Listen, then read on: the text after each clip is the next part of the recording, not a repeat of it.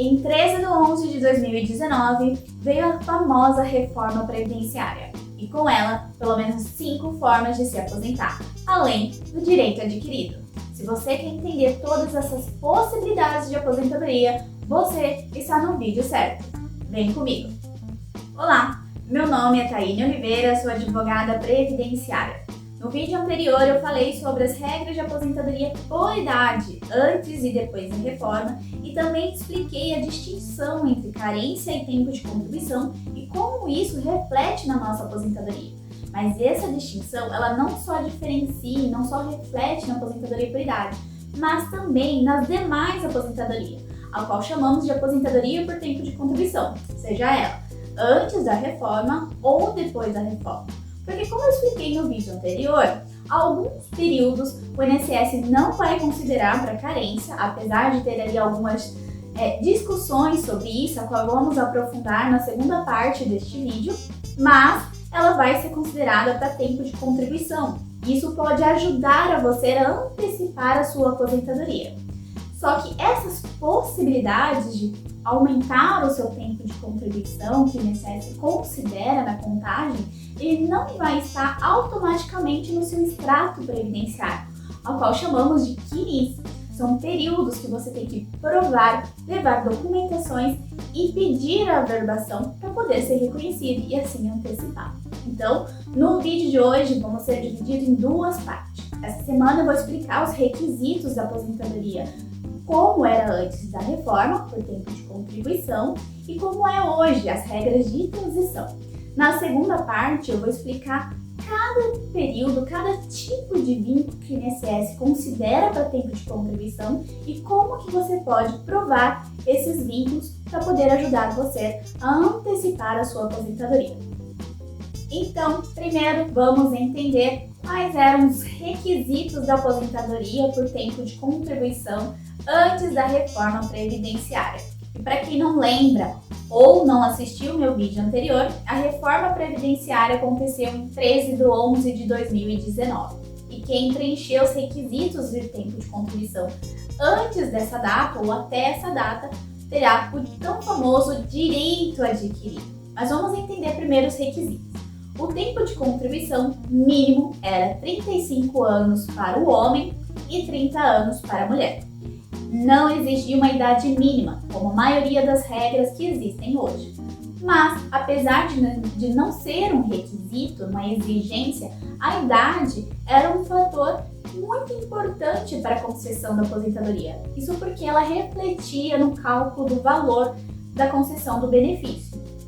Isso em razão da aplicação do fator previdenciário ou pela aplicação de sistema de pontos. O fator previdenciário era um coeficiente, um cálculo aritmético que considerava a exigência, a idade e a expectativa de vida da época. Ela era aproximada a 1. Quanto mais próximo a 1, melhor era o seu benefício, né? 1 já era considerado ali 100% da média das suas contribuições. E quanto mais longe de 1, menor era o valor da concessão da sua aposentadoria. Então, para quem já é aposentado, pode pegar ali aquela cartinha do INSS e analisar ali no final que vai ter um cálculo, um valor, por exemplo, de R$ 3.500 vezes um valor de 0, alguma coisinha. Aquele 0, alguma coisinha é chamado fator previdenciário. E se tiver 1, vai ser o valor total da média. Então, a idade, ela era muito importante em razão disso. Quanto mais novo era a pessoa, quanto mais nova era a pessoa, menor era o valor da sua aposentadoria. Mas, em 2015, foi criado o sistema de pontos, que é exatamente para excluir o fator previdenciário e assim você conseguir se aposentar 100% com a média da sua aposentadoria. E como que calculava esse sistema de pontos? Era somada a sua idade mais o tempo de contribuição, que tinha que ser no mínimo 35 anos para homem, 30 anos para mulher, e teria que ser igual. Em 2019 era 96 pontos para o homem e 86 pontos para a mulher. Atingida essa pontuação, você teria ali a concessão do seu benefício com 100% da sua média. Temos agora o Instituto Direito Adquirido. Eu acho que eu preenchi os requisitos antes da reforma. Então, se você já tinha os requisitos antes da reforma, ainda que você venha fazer o seu pedido hoje, em 2022, o INSS tem que conceder o seu benefício com as regras antigas. E na maioria das vezes ela é mais benéfica porque o cálculo da média das contribuições antes da reforma era mais favorável do que a forma que calcula hoje. Isso porque antes excluía 20% das menores contribuições e hoje considera 100%. Então, aquelas contribuições menores também é considerado na média das contribuições. Mas algumas situações também não é tão favorável. E aí temos ali a análise da concessão do melhor benefício. Se você preenche os requisitos antes da reforma, mas também uma das regras de transição, o INSS, em regra, deveria te chamar e te apresentar as possibilidades e permitir que você escolhesse qual era o benefício mais vantajoso para você. Mas sabemos que isso não acontece. Na verdade, tendo visto a grande quantidade de análise do INSS, é feita uma análise muito superficial. E o primeiro requisito, a primeira aposentadoria preenchida os requisitos, o INSS concede ou nega, E concede muitas vezes de forma equivocada e geralmente, 90% das vezes, é a concessão do benefício menos vantajoso, o que não deveria acontecer. Mas agora, já que eu estou falando de concessão do melhor benefício, vamos entender quais são as regras de transição, quais são as possibilidades depois da reforma? Bom, agora vamos entender as regras de transições. Agora que a gente já entendeu como funcionava antes, vamos entender como está funcionando agora. Vou vir aqui para o computador para poder refletir a tela do computador e explicar visualmente cada regra, porque são várias possibilidades e talvez eu só falando, além de ficar um pouco tedioso, porque é muito técnico e chato até mesmo a explicação, fique também mais fácil a compreensão e um pouco mais dinâmico. E se mesmo assim não ficar muito clara a explicação, pode deixar aqui nos comentários. E também eu tenho tudo isso explicado no blog, que eu vou deixar na descrição aqui do vídeo, tudo bem? No blog, além da explicação das regras de transições, as regras do direito adquirido, também falo sobre aposentadoria por idade no outro post e de outros benefícios também. E também irei trazer aqui sobre aposentadoria especial. Então, se você está interessado em saber sobre aposentadoria especial, do metalúrgico, operador de máquina, entre outros, fique aqui, nos acompanhe tanto no blog quanto aqui no vídeo, que eu vou trazer vários detalhes, inclusive como analisar um PPP. Mas vamos agora analisar as regras de transições, vamos passo a passo para a gente entender tudo sobre a previdência social e não ficar nada confuso sobre os seus direitos, ok? Para quem não sabe, as regras de transições por tempo de contribuição são 4. O pedágio de 50%, o pedágio de 100%, as regras de pontos e por idade progressiva. A idade progressiva não se confunde com a aposentadoria por idade. Até o final do vídeo você vai entender o porquê. Então vamos lá, refletindo aqui na tela do computador. Então vamos agora replicar a tela e vamos tentar começar a explicar o pedágio de 50% para vocês, ok? Então o pedágio de 50%, ele exige o primeiro requisito, o tempo de contribuição mínimo, faltante na data da reforma, mais trabalhar ou contribuir metade do tempo que faltava, tá? Então aqui, em 13/11 de 2019, o homem teria que ter no mínimo 33 anos para se aposentar, teria que ter no mínimo 33 anos, e a mulher teria que ter no mínimo 28 anos. Então, se João tivesse 32 anos para se aposentar, essa regra já não se aplicaria para ele. Se Maria tivesse 27 anos para se aposentar em 13/11 de 2019, essa regra também não aplicaria para ela. Então, a pessoa em 13/11 de 2019 teria que estar faltando no mínimo 2 anos para poder se aposentar. Então, 33 anos para o homem, porque 2 anos faltando para 35, a 33, e 28 para a mulher, porque 28 para 30 falta 2 anos. Além desse tempo, ela teria que trabalhar o tempo faltante para completar os 30 anos, se mulher, e 35 se homem, metade do tempo que faltava. Então, João, aqui, em 13 de 11 de 2019, tinha exatamente 33 anos de tempo de contribuição. Em 13 de 11 de 2021, completou os 2 anos faltantes e completou os 35 anos de tempo de contribuição. Metade de 2, ele vai ter que trabalhar mais 1 ano, então no total 36 anos. João completa 36 anos em 13 de 11 de 2019. Então, em 13 de 11 de 2019, João terá ali o tempo necessário para se aposentar pelo pedágio de 50%. Agora, voltando aqui para minha tela completo, né?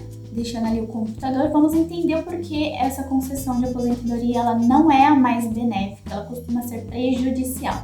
Isso por causa do cálculo do valor da aposentadoria. Porque além de considerar 100% da média, né? Como eu falei, antes da reforma, você excluía as 20% menores contribuições. Então, aquelas contribuições baixinhas, né?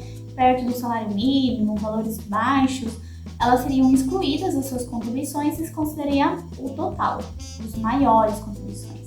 Agora, com a reforma, vai ser considerado 100% de todas as contribuições, até aquelas baixinhas, diminuindo já a sua média.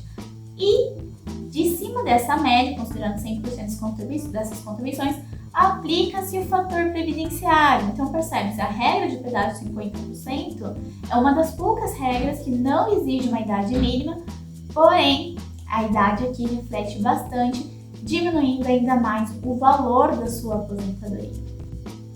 Bom, agora vamos entender o pedágio de 100%, né?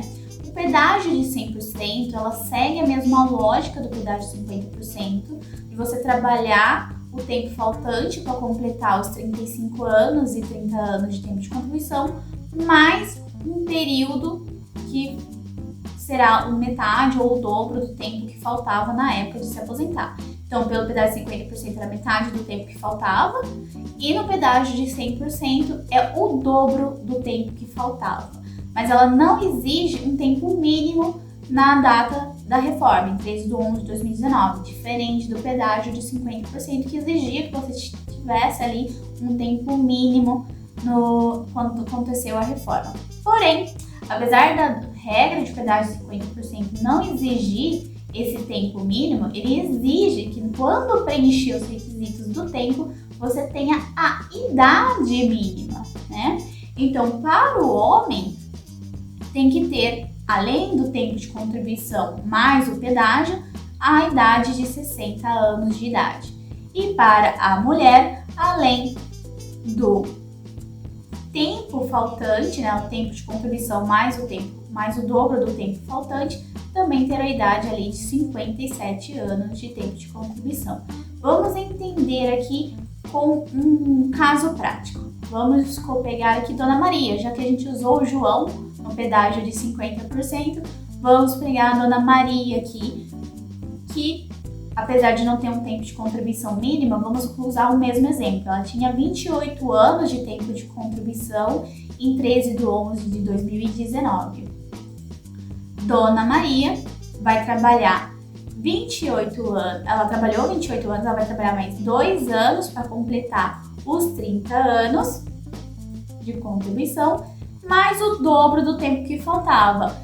No total, Dona Maria vai trabalhar 4 anos. Então, de 28 anos, ela vai se aposentar com 32 anos de tempo de contribuição. E aí, vamos agora para a surpresa, que é a idade mínima. Em 13 de 11 de 2019, além dos 28 anos de tempo de contribuição, Dona Maria nasceu em 67, ela tinha 52 anos. Dona Maria completou 30 anos em 13 de 11 de 2021, né? Deixa eu colocar aqui a setinha. Em 13 de 11 de 2021, ela completou os 30 anos. Ela trabalhou mais os 2 anos faltantes, que completou ali os seus 32 anos em 13 de 11 de 2023. Só que em 13 de 11 de 2023, quando ela completou o tempo de contribuição mais o pedágio, ela tinha 56 anos de idade. Então ela não poderia se aposentar em 2023 por essa regra, porque faltava o quê? Requisito idade, a qual ela só completa no ano seguinte, em 2024. Dia 10/11 de 2024, Dona Maria, mesmo, digamos que ela pare de contribuir, porque ela já atingiu o tempo de contribuição em 2023, ela para de contribuir e ela aguarda só atingir a idade. E em 10/11 de 2024, completando seus 57 anos, ela faz o requerimento de aposentadoria e se aposenta pela regra de pedágio de 100%. Além da diferença de não ter a exigência de tempo de contribuição mínimo faltante antes da reforma e ter a exigência de uma idade mínima, o cálculo do valor da aposentadoria da Dona Maria também é diferente pelo pedágio 100%. Agora eu vou cancelar aqui o compartilhamento de tela e vou explicar para vocês como calcula o valor desta aposentadoria. Vamos aqui, esperando de compartilhar. Então, o cálculo do valor da aposentadoria de 100%, ela é, como o nome diz, ela é 100%. Ela é 100% da média das contribuições. Ela não aplica o fator previdenciário igual ocorre com o pedágio de 50%. Mas lembrando, ela não é igual a regra de pontos ou a aplicação sem fator previdenciário antes da reforma, porque antes da reforma se excluía os 20 menores contribuições. Aqui vai ser incluso até as contribuições menores, até esses 20% vai ser incluso. Então é 100% da média. Por enquanto, ela vem sendo, diante das minhas análises, uma das regras mais benéficas de transição, tá? Então, dependendo da idade da pessoa, quando preencheu ali o seu dia 3/11 de 2019, digamos que ela tenha preenchido os requisitos de aposentadoria por tempo de contribuição, mas ela era muito nova, às vezes ela compensa aguardar atingir a idade e se aposentar pela regra de pedágio de 100%. Bom, mesmo isso é uma análise que tem que se fazer para fazer as comparativas entre as regras e ver qual é o mais benéfico para o segurado. Vamos entender a próxima regra de transição, que é pelo sistema de pontos, que apesar do nome, ela é um pouco diferente do sistema de pontos antes da reforma. Vamos voltar aqui para o compartilhamento de tela. Vamos lá, compartilhando a tela. Aqui é a regra de transição pelo sistema de pontos. A sistemática dela é bem parecida com a regra anterior, mas ela muda o cálculo do valor da aposentadoria, que diferente da regra de pontos antes da reforma, ela nem sempre é tão benéfica assim. Vamos entender. A sistemática é a mesma. A pessoa, tá, o segurado, o trabalhador, ela precisa ter no mínimo 30 anos de tempo de contribuição se mulher e 35 anos de tempo de contribuição se homem, e somar mais a idade e atingir a pontuação. Cada ano, a pontuação ela vai aumentando ali um ponto. Então, em 2020, a mulher ela se aposentava com 87 pontos e o homem 97 pontos. Em 2021, a mulher se aposentava com 88 pontos e o homem com 98 pontos. Em 2022, o ano que está sendo gravado este vídeo, a mulher se aposenta com 89 pontos e o homem 99 pontos. E assim, igual está aqui na tabelinha, sucessivamente. A mulher ela se limita na pontuação de 100 pontos, que vai estagnar, vai parar a contagem de pontos em 2033. Então, a partir de 2033 para frente, se não ocorrer nenhuma reforma lá de novo, vai ser 100 pontos estagnado, parado, não vai ser aumentado o valor. O homem, ele tem a pontuação maior, exige 105 pontos. Então, todos os anos vai ser aumentado até atingir 105 pontos, que vai ser estagnado, vai parar a contagem em 2028, que não está tão longe, mas mesmo assim, até lá a gente pode sofrer uma outra alteração, uma outra reforma e aumentar essa pontuação novamente. Mas, por enquanto, é essa a sistemática da aposentadoria de pontos. O tempo de contribuição mínima, que é 30 e 35 anos, mais a somatória de idade e da pontuação, que muda todos os anos, e aqui segue uma tabelinha. Lembrando que lá no meu blog tem lá no artigo a tabelinha fixa, que vocês podem todos os anos entrar no artigo e conferir qual é a pontuação do ano vigente ali. Ai, nossa, 2023, qual pontuação que eu vou precisar ter para se aposentar por essa regra? E por que ela não é parecida com o sistema de pontos antes da reforma? Vou aqui parar na tela, voltar aqui para a tela cheia para eu poder explicar como calcula o valor da aposentadoria. Vamos lá, para na tela. Antes da reforma, o sistema de pontos era exatamente excluir o fator previdenciário e o valor da aposentadoria do benefício por 100% das contribuições ali na média dos 80 maiores, certo? Aqui no sistema de pontos, ela não é 100%, ela vai depender do coeficiente, e esse coeficiente, ele começa com 60% a partir de 20 anos de contribuição para o homem e 60% a partir de 15 anos de tempo de contribuição para a mulher. E ela aumenta 2% para cada ano que ultrapassar 20 anos para o homem e 15 anos para a mulher. Então, não necessariamente vai ser calculado 100%. Dependendo do tempo de contribuição ali que a pessoa tiver, ela vai se aposentar com menos de 100%. Então, ela não é tão vantajosa como a regra de pontos antes da reforma. Ela pode vir ser, porque diferente do pedágio de 100%, que mesmo você tendo mais tempo de contribuição passado a regra de pedágio, o cálculo da sua média vai ser 100%. O de sistema de pontos, ela pode variar entre 90% e ultrapassar 100%, pode dar 105%, 106%, então ela tem ali uma flexibilidade de cálculo. Até hoje, em 2022, pode ser que eles percebam que venha a ser um erro, isso, mas é muito difícil, porque uma pessoa, um homem, por exemplo, para ter 100% de contribuição, ele teria que provar 40 anos de tempo de contribuição, e é muito tempo, mais da metade ali da sua vida trabalhando para poder comprovar 40 anos de tempo de contribuição e ter 100% do cálculo da sua média, tá? Mas ela tem essa vantagem, pelo menos que ela não se limita na média de 100%. E agora, por fim, vamos entender a regra de transição pela idade progressiva, a qual você vai entender porque não é parecida com a aposentadoria por idade que eu expliquei no vídeo anterior. Vamos lá? E por fim, chegamos à última regra de transição, que é a por idade progressiva. Antes da gente começar a compartilhar, deixa eu só arrumar aqui, tá um pouco torto, a tela e explicar para vocês a aposentadoria por idade progressiva, eu vou explicar a diferença entre a aposentadoria por idade, que eu expliquei no vídeo anterior, e a aposentadoria por tempo de contribuição pela idade progressiva. E a primeira diferença é o tempo de contribuição. A aposentadoria por idade, ela se exige, tá? Ela exige apenas 15 anos de tempo de contribuição.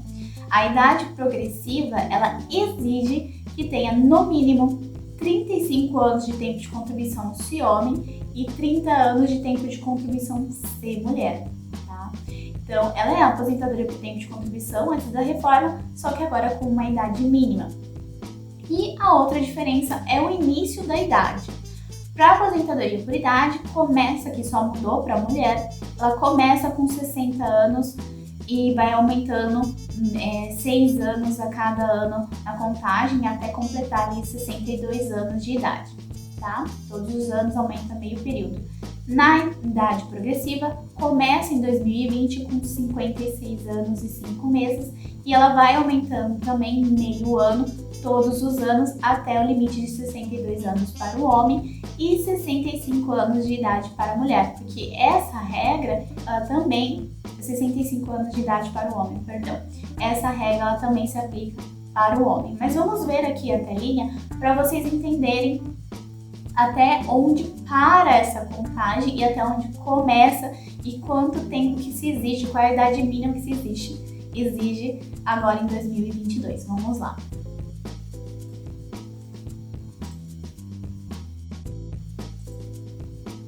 Então aqui temos aqui a tabelinha, essa é a idade progressiva. Em 2020, a mulher tinha que ter 56 anos e 5 meses, o homem teria que ter 61 anos e 5 meses, e em 2021 se exigia que a mulher tivesse 57 anos e o homem 62 anos, além do tempo de contribuição, 35 e 30 anos. E hoje, em 2022, é exigido o mínimo de 57 anos e 5 meses para a mulher e 62 anos e 5 meses para o homem.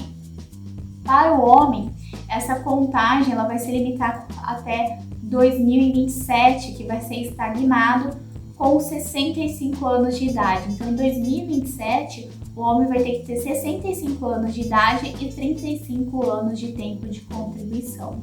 E a mulher, essa idade ela vai ser estagnada em 2031, quando vai ser exigido 62 anos de idade e 30 anos de tempo de contribuição. E qual é a diferença dessa regra de idade progressiva para a idade de pedágio de aposentadoria de regra e transição de pedágio 100%, já que essa regra ela também exige a idade mínima. Vamos aqui voltar para a tela cheia. O pedágio de 100%, ela exige ali o tempo de contribuição total, 35 anos, mais o dobro do tempo que faltava quando aconteceu a reforma. A idade progressiva ela não exige esse pedágio, esse tempo faltante, então é 35 e 30 anos, ok? A idade do pedágio de 100%, você percebe que é 57 anos mulher e 62 anos. Ela não vai aumentando todos os anos, é uma idade fixa. A idade progressiva, ela vai aumentando todos os anos. Então, chega a um certo momento, em 2022 mesmo, essa idade ela já é maior do que a do pedágio de 100%. Outra coisa que muda entre a regra de pedágio de 100% e essa regra de idade progressiva é o cálculo do valor da aposentadoria do tempo de contribuição. Como eu falei na regra anterior, o cálculo aqui vai aplicar um coeficiente, não aplica mais fator previdenciário, é um coeficiente que é 60% até 20 anos para o homem e 60% até 15 anos para a mulher. E ela vai aumentando 2% do que passar esse tempo mínimo, que não é calculado no tempo de contribuição, tá? É o tempo mínimo de tempo de contribuição para calcular o valor da aposentadoria.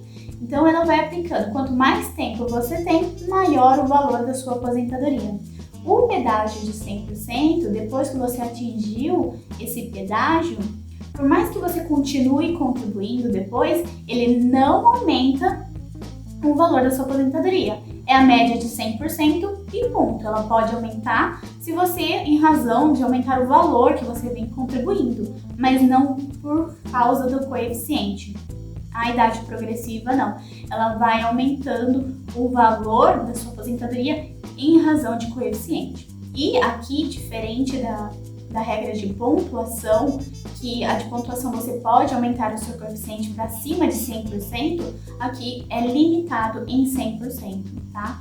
O que já para alcançar o 100% já é quase um sacrifício, porque como eu falei, o homem para ter 100% dessa aplicação de coeficiente, ele tem que trabalhar 40 anos, que é os 60% limitado aos 20 anos, mais 2% do que passar. Então, os outros 40% de diferença vai ser nesses mais 20 anos de contribuição. Ele tem que contribuir 40 anos para ter 100% da média. E se você contribuir 41, 42 anos, vai ser aplicado a média de 100%, tá? Então aqui é muito importante você fazer uma análise antes de você fazer já um requerimento de aposentadoria. Não confiar no simulador do INSS, porque como eu vou explicar no próximo vídeo, existem diversas possibilidades de aumentar o seu tempo de contribuição, a qual não vai constar ali no seu CNIS, você precisa provar de outras formas para poder ter a averbação, ok? E fazer ali as simulações de possibilidades de aposentadoria, o valor que você viu que cada regra calcula o valor da aposentadoria de uma forma e assim entender qual é o mais vantajoso, qual é o mais próximo, qual é o maior valor e assim tomar a melhor decisão. Tá? Então, por hoje é só. Espero que tenha ficado fácil o entendimento. Eu sei que são muitas regras, muitos requisitos, mas se ficou alguma dúvida, deixe aqui nos comentários e também acesse o nosso blog, que lá tem toda a explicação certinha, detalhado, em diversos artigos postados lá. vários posts, ok? E qualquer dúvida, estamos por aí. E por hoje é só, pessoal. Até mais!